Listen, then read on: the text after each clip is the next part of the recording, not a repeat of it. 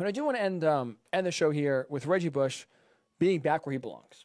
And if you missed it yesterday, USC was finally allowed to accept Reggie Bush, embrace Reggie Bush in official capacity, and have him back in their family.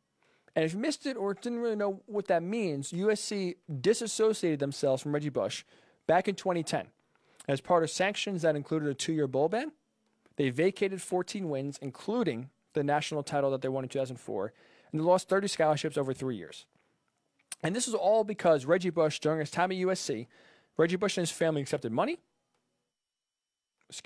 travel expenses, and even had a house in San Diego that did not pay for. So, Reggie Bush and his family got money because he was the best college player I've ever seen, the best college player maybe ever. And his family got, some kickbacks, got some money from some folks. And because the NCAA cracked down, again, vacated victories, took away the national title, gave USC a 2-year bowl ban. Reggie Bush actually gave his Heisman Trophy back to the Heisman Trophy Trust. And USC was forced to disassociate themselves, basically saying, we cut ourselves off from Reggie Bush. We can't acknowledge that he was on the team. We can't have his Heisman Trophy here. If we put his stats in a media guide or reference his stats, we have to put an asterisk next to him. His jersey is not allowed to be retired. And finally, this happened in 2010. It happened on June 10th, 2010 to be exact. The NCAA back in 2017 put a new rule in basically saying, if you are disassociated, if you have a player that whatever broke the rules, that ban for disassociation can only be 10 years. After 10 years, you're allowed to do whatever you want. If USC didn't want to be associated with Reggie Bush, they didn't have to be. They could have just kept that ban on infinitely and just not bring it back. But the NCAA was allowing USC to bring Reggie Bush back if they wanted. And USC did not waste any time. They brought Reggie Bush back, and now Reggie Bush can finally, hopefully, get his Heisman Trophy back. We can finally, at least official capacity, acknowledge all the accomplishments, all the talent that Reggie Bush had. And again, finally put him in that great lore of those great USC teams, finally put him back in the mix in official capacity, have him go to campus, have USC use Reggie Bush as a recruiting tool, saying, hey, look, Reggie Bush, look what we did with him. You could be the next guy to do that. They weren't even allowed to do that. And it brings me back to one of the dumbest, one of the worst punishments the NCAA has. And if you're a Seinfeld fan, you'll get this reference. But if you listen to the show or if you know me and my stance on the NCAA, I have a lot of problems with the NCAA. If this was Festivus, I would take hours to express my grievances and tell you how many issues I have with the NCAA, how they police, whether it's student athletes not looking out for their best intentions, withholding pay, basically doing whatever they can to take as much money away from student athletes and put it in their own pockets as possible. I have a ton of problems with the NCAA. On top of all of that, one of the dumbest punishments of that, because they do a lot of dumb things, they do a lot of illogical things, they do a lot of things that drive you crazy, that make zero sense. One of the worst things that they do, though, on top of everything, is this idea that they have that vacating wins, vacating national titles, vacating Heisman trophies actually has some sort of impact. Like all of a sudden now, they vacated 14 wins, including the 2004 national championship the USC won, because Reggie Bush accepted money. He didn't take performance-enhancing drugs. He didn't do anything that gave USC an advantage on the field. Right? That's different. There's someone cheating if they're able to tap into, let's say, what the defenses were calling at the time. They're able to, again, take drugs that other players weren't taking that helped them get faster, get stronger. That's one thing. Taking money, having a house in San Diego, having no impact actually on the field. I have a tough time taking away wins, seeing the greatness that we watched with the USC during that time. And that takes a lot for me to say. Growing up, I was a diehard Notre Dame fan. So I hated USC. Hated USC, hated Reggie Bush, hated Matt Leiter, hated that entire team because every year they would crush Notre Dame. And the 1 year is close, they beat him in a heartbreaking fashion with Reggie Bush pushing Matt Leiter, controversially, should be illegally, into the end zone. As you can see, I'm still not over yet. But it's one of the dumbest things the NCAA does because they think that vacating wins, whether it's vacating national titles, whether it's taking away Louisville's national title when they won in Rick Pitino, whether it's vacating Joe Paterno's wins, whether it's vacating Notre Dame's wins when they had some academic help. It doesn't help to erase history.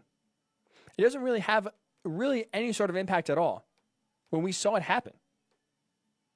We can't watch a game, then the next day or next year or 2 years from now come out and say, oh, you know what, that game technically didn't count. The game, you know what, they were cheating, they got some money on the side, Reggie Bush got a $100 handshake, doesn't count. You're vacating that title. So what, you can't technically hang a banner. Outside of that, we saw USC win the title. We saw USC be one of the best teams in 2004. We saw Reggie Bush be the best player in 2005 and win the Heisman Trophy. So why are you trying to erase accomplishments, or I should say, quote unquote, erase accomplishments that on paper may take away, but other than that, we all have it burned in our memory. We all know Reggie Bush, and we still associate him with being a Heisman Trophy winner, despite him handing it back. We still associate with USC having one of the best dynasties ever in sports. I mean, they had a 30 for 30. They ran at Troy. They didn't just block out the 2004 season like it didn't happen. They didn't discuss 2003, skip over 2004 when they won, and then go to 2005 when they had that great season that lost to Texas in the eventual national title game. We should talk about 2014. And we do this about any single team or player that's had their wins or accomplishments, quote-unquote, vacated. It drives me crazy that the NCAA thinks that they can just take a banner down and that justice is served. Could you imagine pro teams did this? I mean, think about it. Fans are desperate and clamoring for an asterisk on the Astros. They actually cheated in a way that benefited them on the field, gave them and, helped them win a World Series. Could you imagine if some players were getting money on the side, maybe doing an illegal deal, and all of a sudden now MLB took away the Astros World Series championship, not because they cheated on the field, not because they had an advantage that no other team had, because players had a little bit of a side business where they make an extra money, zero impact on the field, they took that World Series away. We're still viewing the Astros, or any team you do that to, as World Series champions. The NCAA is the only one that thinks by taking away, vacating titles, by taking stuff away that actually has some sort of impact. Vacating those wins in 2014 is really going to teach these other schools a lesson. Don't cheat. Don't you dare cheat, because we find you, guess what? Those wins you had 2 years ago, 5 years ago, 10 years ago, 15 years ago, we're taking them away. Despite all of us watching it happen, despite if the coaches there are still knowing he won a national title, the rings aren't taken, you don't get the rings back. So it doesn't do much. And all it does, to me, is hurt the schools and the NCAA overall instead of helping. Reggie Bush, like I said, to me, he was the greatest player I've ever seen play any sport. 25 years old, seen a lot of greats, any sport you want to, I was a big Peyton Manning fan. Tom Brady's still playing. We've all seen greatness in any sport you want to pick, right? LeBron James is playing right now. I was too young to watch Michael Jordan, but LeBron James right now is dominating basketball. Reggie Bush did his ability to just be so much better, so much faster, so much more athletic than anyone else on the field, no matter who they played. Something we might not ever see again. So it's ridiculous that USC had to pretend like he didn't exist for 10 years. The NCAA had to basically pretend that he didn't exist for 10 years.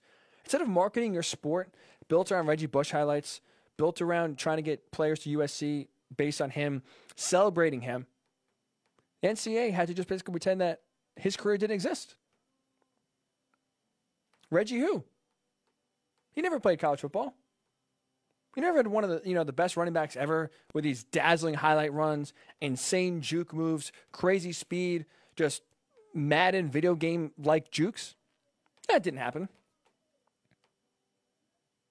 Yesterday, my time, like I said, was flooded with Reggie Bush highlights, whether it's punt returns, whether it's runs, whether it's passes that he catches out of the backfield, all for long gains, all for touchdowns. It was great to watch. It was so much fun to watch. Those kind of accomplishments, those kind of plays should be celebrated. Not taken away, not pretending it didn't happen, not vacated. Because the NCAA at the end of the day is only hurting themselves. When you can't market, when you can't celebrate one of the best players to ever play your sport, when you can't embrace a certain part of history, despite the greatness that happened, despite the greatness of the player, to me it only hurts the sport. So now at least it's nice that USC can bring Reggie Bush back into the fold. It's criminal that the first time Reggie Bush had to go back on a USC campus was last year as a member of Fox. That was the only reason why he was even allowed to be on campus, because he was covering the game. USC was playing Utah on a Friday night. He was there covering the game with Fox's college football coverage, and they were doing the game, the pregame live and the postgame live from the Coliseum inside the stadium. He was cleared to go because he was part of the media. And one of the coolest moments in that game, one of the coolest moments from the season, as USC scored a touchdown right in the end zone where the Fox crew was, the running back runs right up to Reggie Bush, gives him a high five. You know why? Because he knows the history. He knows the legacy of one of the greatest players to ever suit up for USC was right there. He was right there in front of him. Never allowed to be on campus, never allowed to be used as a marketing tool or a recruiting tool. Now he's standing right there. It's great for the game of college football. It's great for USC that Reggie Bush is back into the fold in an official capacity. Give him his Heisman Trophy back. Put it in USC's football locker room. It's good for not only USC, it's good for college football that a player of this caliber, player of this incredible, incredible skill can be remembered, be embraced again. Have USC retire his jersey. Let's bring those highlights back and make up for lost time that should have happened a long time ago.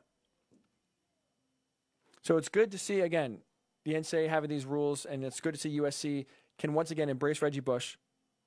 It's good to see that college football can embrace Reggie Bush, because vacating doesn't do anything. We all know what happened, and now we can stop pretending that we didn't see something that actually happened in real life. It was awesome to see. So welcome back, Reggie Bush.